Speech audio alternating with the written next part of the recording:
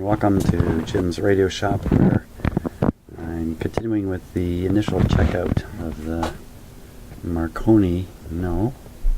General Electric, apparently, G-40 radio. It's in a nicely redone cabinet, and I was just going to do some close-ups, and I had to stop for a moment, so I'm going to do some close-ups in here. So you can see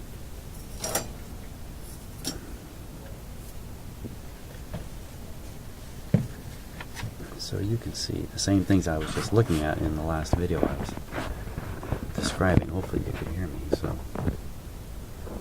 So first of all,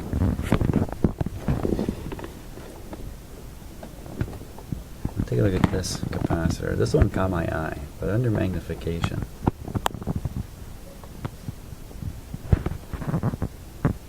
it almost looks like somebody's dabbed something onto it. And a little hard to see in the camera here. When I look through the lens with my own eye, I get a little better view. There's clearly and still a crack through it. You see the cracked insulation here? Don't want to bend any of these wires if we can avoid it. And this molded capacitor here also appears to have a crack. I can't quite pick it up on the camera here, I don't think, but again, when I looked with my eye, it was quite easy to see. Now,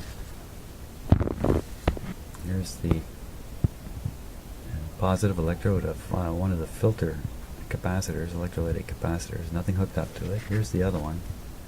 Red wire coming to it, and the red wire disappears down into the radio. So it could be the radio's been running with just this one filter. I'm not sure about that.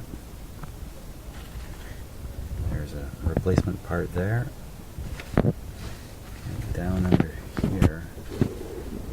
See the green there? That's a replacement part. Green. There's a blue one down here. That's replaced. Blue capacitor. Probably done at different times, but I can't be sure. And look at this green wire. It doesn't fit at all. You don't find green wires like that with plastic. Thin plastic insulation, and that doesn't make sense. The green wire's been added. Maybe the old wire developed a short from cracked insulation. There's another molded capacitor. Oh. Maybe that was a replacement of a previous one. Oh, there's another similar one down there.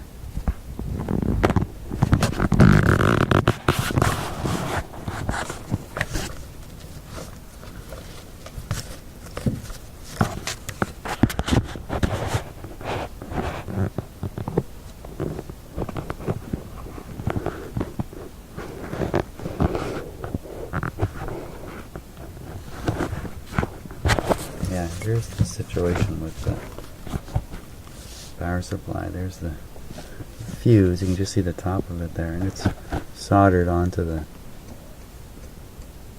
on-off switch. The other end of the fuse is soldered right onto this modern power cord. The other side of the power cord is connected to the other side of the transformer input. Sorry, bad camera work there. These wires are all really stiff. Don't want to fiddle with those. So I think we can turn it on. We'll put it on power limiting. And we'll see. There's something interesting there. It's kind of like a divot or something on that capacitor there. It looks like a soldering iron. Burn. Yeah. Resistors don't look to be in too good a shape.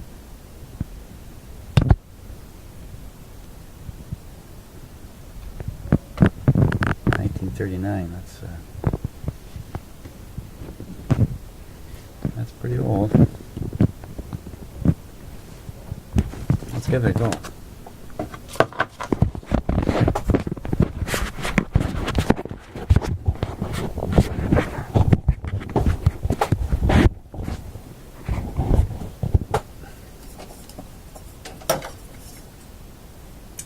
Now, I already mentioned that these knobs were slipping.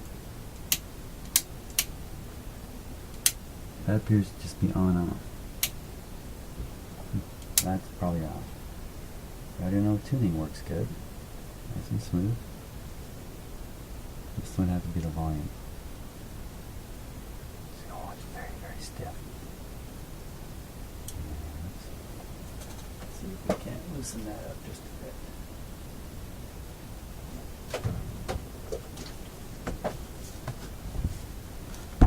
Give a little dab of alcohol first.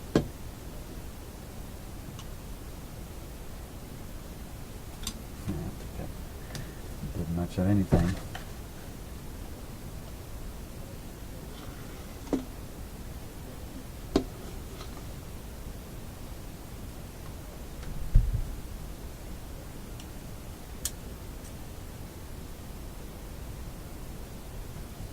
Now these controllers get sticky in a few places. One is right in the shaft here.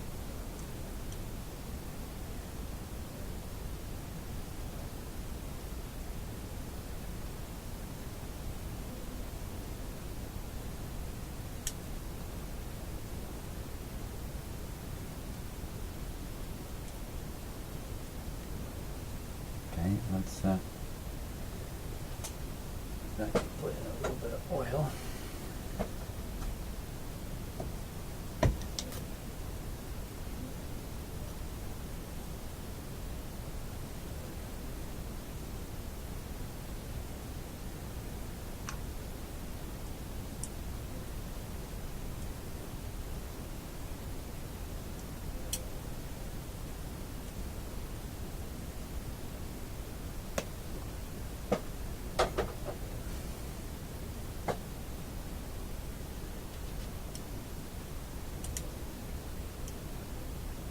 Making some sounds I don't like either. Some little clicks.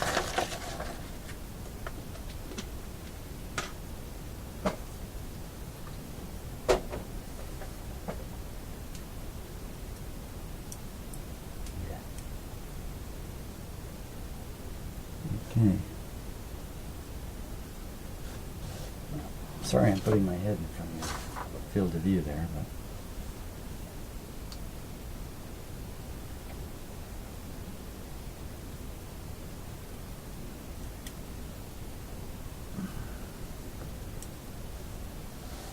let's put a little